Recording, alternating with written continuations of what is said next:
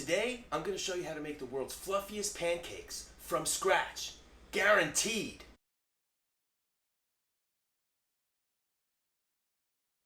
A lot of recipes out there claim to make the fluffiest pancakes, but they're all missing a step that takes the pancakes from fluffier to fluffiest. Stay tuned for my secret. The name of this recipe is Adirondack Flapjacks. It's a very old recipe, and for that reason, I'm not going to weigh anything. It was before anyone had a scale. So in keeping with the style of the recipe, we're going to do it exactly as written. The first item is 4 eggs, and we need to separate them.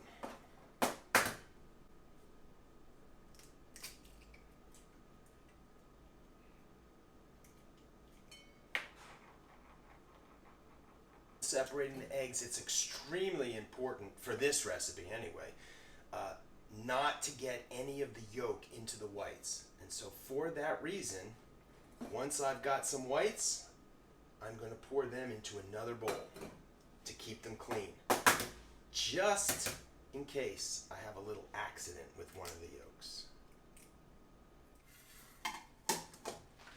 So we have the yolks in one bowl and the perfectly clean whites in the other. We'll put those aside.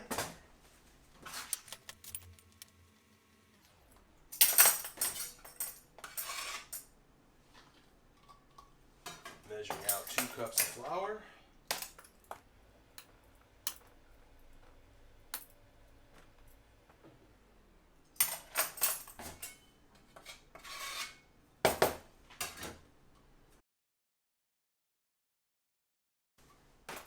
Two teaspoons of baking powder, half a teaspoon of salt. Give the flour a little stir.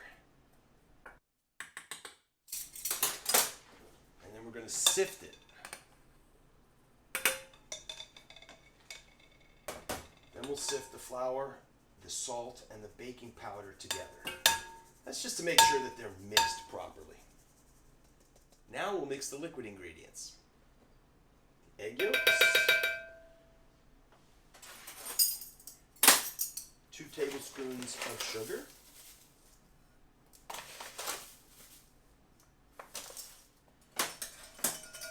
give that a quick whisk, and then we'll go in with 2 cups of milk.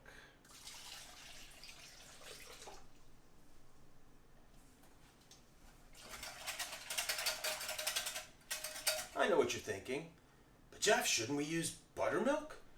Buttermilk is excellent, and you could substitute buttermilk for this recipe, but you might need just a couple tablespoons more buttermilk. The buttermilk makes the batter a lot thicker, especially if you want to use this for waffles. Did I mention that it makes great waffles? Now it's time to assemble the batter. We've got our dry ingredients, we've got our liquid ingredients, and we've got butter. That's what's going to go in third.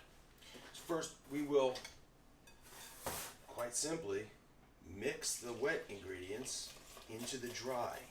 And at this point, don't mix for more than 20 seconds. And don't worry if there's a few lumps. It's much more important to get this mixed quickly than it is to get out all the lumps. Lumps will come out later. Perfectly mixed. Now we're going to go in with our butter. This is 6 tablespoons of butter.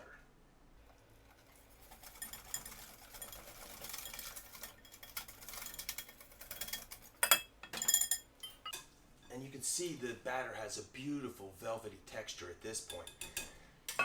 The reason we don't mix for more than 20 seconds is because we don't want gluten development, which will make our pancakes rubbery. One final ingredient to go, and that would be the whipped egg whites. I'm going to do them by hand, but if you have a mixer or a hand mixer, feel free to use those. I'm doing it by hand simply to show that it can be done. The equipment is very important. This is my favorite whisk for whipping egg whites. I don't whip anything else with it, just egg whites.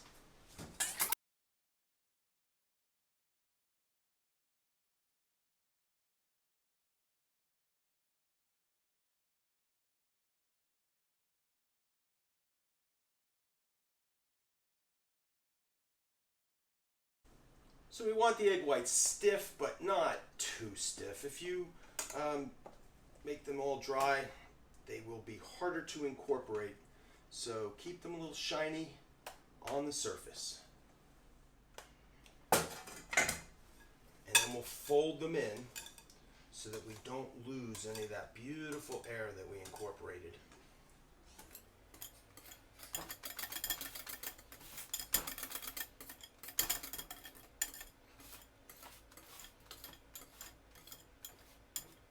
We have a beautiful batter, not too thick, not too thin.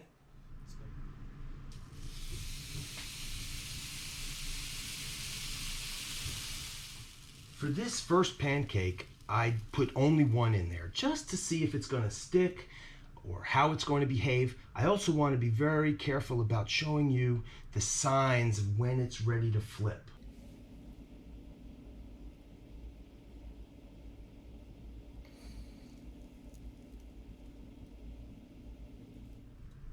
We can start to see bubbles appearing on the surface. When the surface is covered with bubbles, that's one of the signs that it's time to flip. The other sign is that the outside edge starts to look a little bit dry. When we do flip them, we're going to do it in one motion. Scoop right up under it and flip it. Ready? Here we go. You can see that perfect brown top. So how do you tell when this side is done?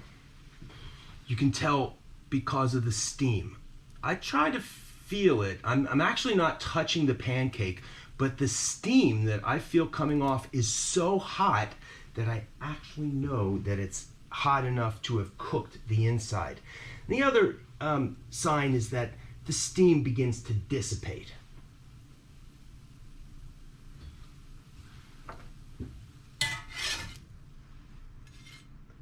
A perfect little pancake.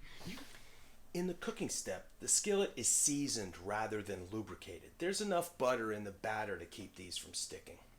And the fact that there's no butter on here will make the color perfectly uniform. No little rings and splotches.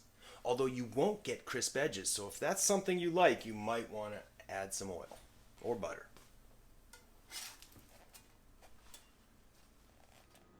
If you like this video, don't forget to like and subscribe, and we'll see you the next time.